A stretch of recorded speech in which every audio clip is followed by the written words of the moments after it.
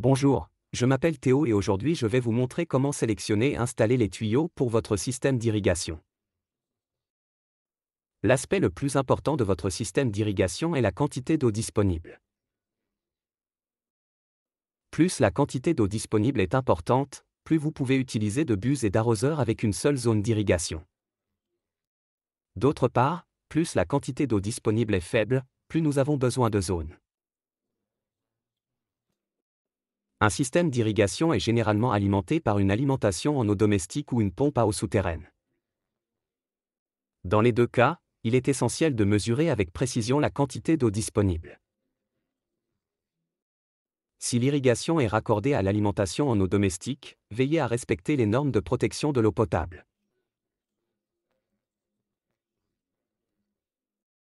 L'alimentation en eau disponible correspond au débit d'une source d'eau à une pression au sol définie. Dans le cas d'un raccordement à l'eau domestique, la quantité d'eau doit donc être mesurée en fonction de la pression au sol.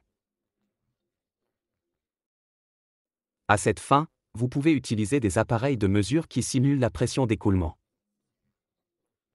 Il est conseillé de faire un protocole de test et de mesurer et documenter l'alimentation en eau à différentes pressions, car les différents composants de votre système d'irrigation fonctionnent également à des pressions différentes.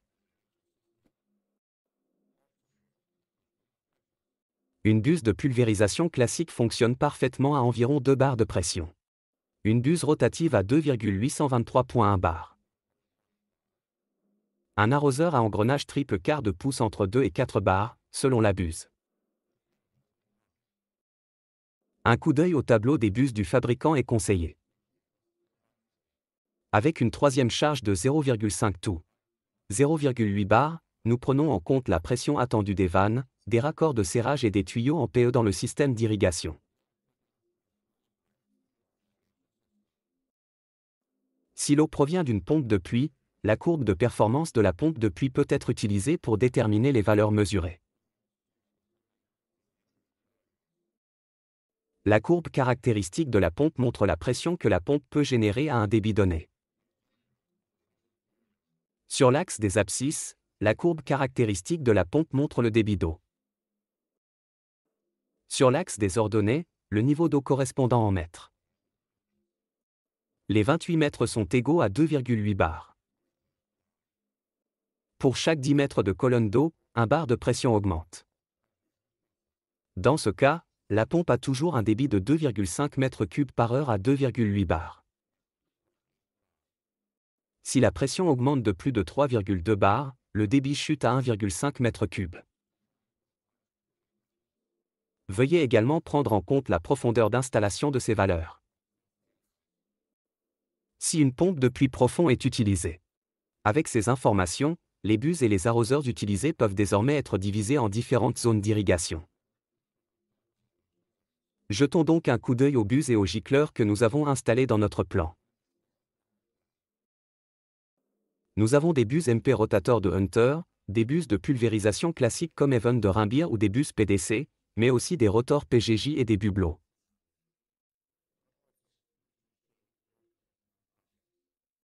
Lors du raccordement de ces différents composants d'irrigation au système de canalisation, ils doivent être pris en compte de la même manière que la quantité d'eau disponible.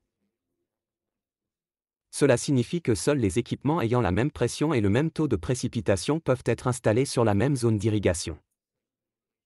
Par exemple, aucune buse de pulvérisation classique ne peut être combinée avec des buses rotatives. Les valeurs de précipitation et de pression de ces deux buses sont trop différentes. Dans les réglages standards d'ERI-Sketch, le programme empêche la connexion de composants d'irrigation avec des valeurs de précipitation différentes à un seul tuyau. Plus à ce sujet plus tard. Si des gicleurs avec des buses standards sont utilisés, ils ne peuvent être combinés que s'ils ont la même taille de buse avec le même rayon. Nous récapitulons. Afin de pouvoir réfuter les arroseurs existants dans les zones d'irrigation, nous devons faire correspondre la quantité d'eau disponible, les valeurs de précipitation et les exigences de pression des buses. Qu'est-ce que cela signifie concrètement ? Passons au 6 rotors PGJ sur la grande surface. En marquant ces 6 arroseurs, Eriska nous montre 6 arroseurs dans la barre d'état avec une consommation totale d'eau de 5083 litres par heure.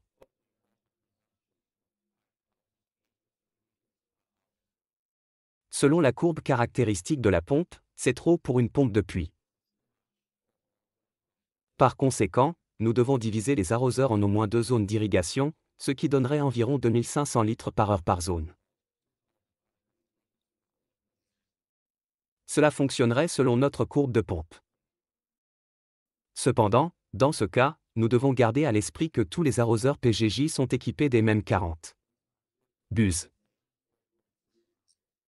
Mais nous avons 4 gicleurs avec un rayon de 90 degrés et 2 avec un rayon de 180 degrés. Si nous connectons les arroseurs à 90 degrés et à 180 degrés à la même zone d'irrigation, cela entraînerait une diminution inégale de la production d'eau.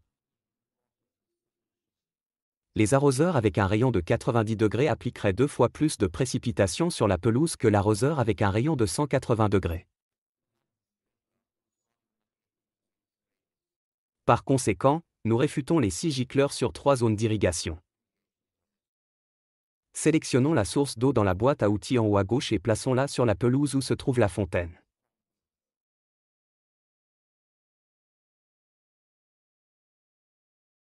Maintenant, nous choisissons le collecteur et la boîte à vannes.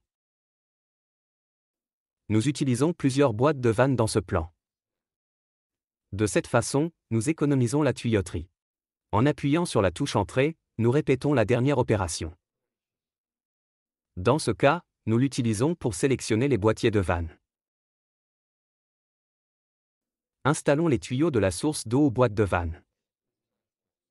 Pour ce faire, nous sélectionnons le tuyau principal sur les tuyaux dans la boîte à outils supérieure gauche classe ADP et MISTRE. Le curseur attache automatiquement les tuyaux à la source d'eau. Avec un clic, nous tirons le tuyau dans la direction souhaitée. En un clic, nous définissons un nœud.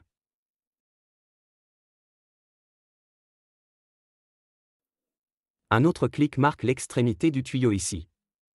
Nous pouvons maintenant ajouter une sortie quelque part sur le tuyau ou meubler le tuyau à ce stade.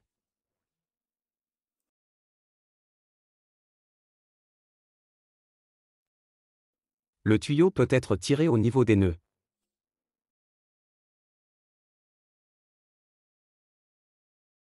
Lorsque le tuyau est marqué, nous pouvons ajouter une branche dans la barre d'outils en bas à gauche et étendre le tuyau jusqu'à la boîte à vannes.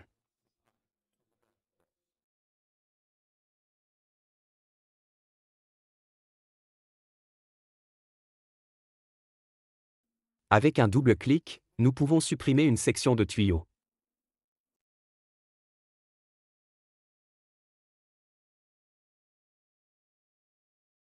EriSketch détermine automatiquement le diamètre du tuyau en fonction de la quantité d'eau.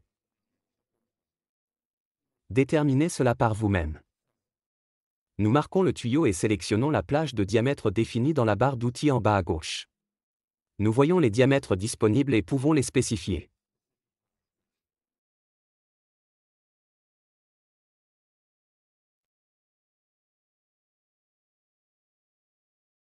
Sur le plan, les coudes sont représentés en vert, les dents en bleu et les nœuds avec plus de 3 connexions en jaune.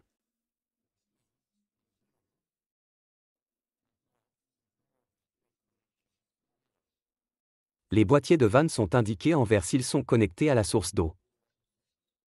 Si nous marquons le boîtier de la vanne, nous pouvons voir dans la barre d'état qu'aucune vanne n'a encore été installée. Le nœud vert nous montre que la boîte à vannes est connectée à la source d'eau. À côté, c'est un nœud qui indique que la boîte à vannes n'a pas encore été câblée au contrôleur. Nous y reviendrons plus tard. Dans la boîte à outils en bas à gauche sous Alias, nous pouvons nommer la boîte à vannes. Boîte de valve 1. Boîte de soupape 2 et nous appelons cette boîte de soupape 3.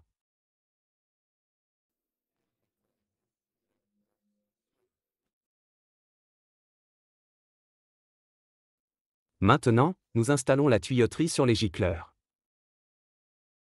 Comme mentionné précédemment, nous devons nous assurer que nous ne connectons les gicleurs appropriés qu'à une seule zone. Nous sélectionnons tuyau latéral sous tuyau dans la boîte à outils en haut à gauche. Et commencer par la boîte à vannes avec la première zone.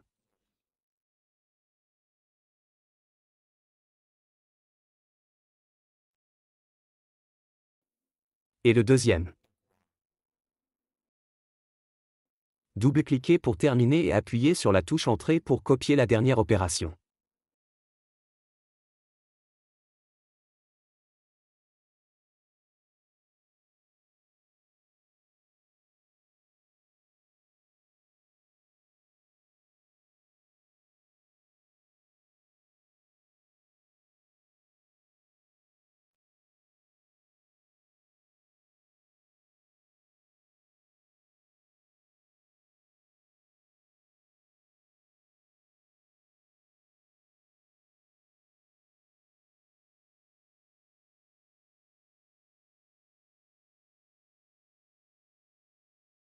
Comme vous pouvez le voir, nous n'avons pas posé le tuyau directement à la perte du ressort. La connexion du tuyau à la perte de ressort n'est pas indiquée dans le programme. Cependant, il sera indiqué plus loin dans la fiche technique. Vous pouvez choisir à l'avance si vous souhaitez utiliser des joints oscillants ou des tuyaux flexibles. Attachons les gicleurs au tuyau. Il y a deux façons de le faire. Soit nous sélectionnons l'arroseur et cliquons sur Attacher au tuyau dans la boîte à outils en bas à gauche et marquons le tuyau auquel nous voulons attacher les arroseurs. Le marquage vert sur les gicleurs indique qu'il est connecté au tuyau.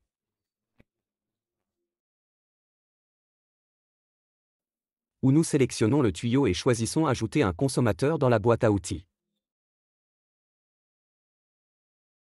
Maintenant, nous pouvons marquer tous les sprinklers qui doivent être connectés au tuyau précédemment sélectionné.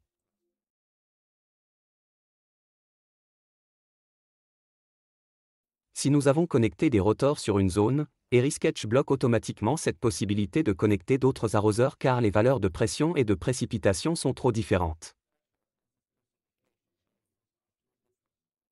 Nous pouvons déconnecter et connecter les gicleurs à tout moment. Pour ce faire, nous sélectionnons à nouveau Ajouter des consommateurs et en cliquant sur la case de l'arroseur, ils sont déconnectés.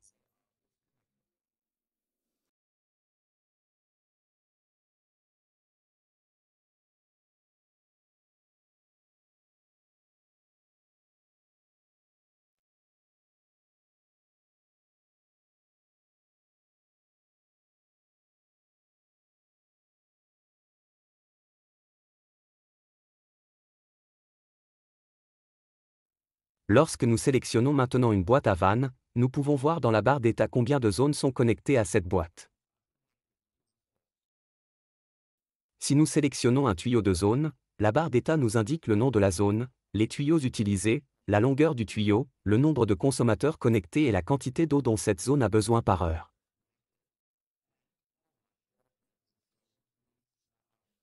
Ici, nous pouvons également vérifier directement si la consommation d'eau d'une zone ne dépasse pas la quantité d'eau mesurée et fournie à l'avance. Et c'est tout.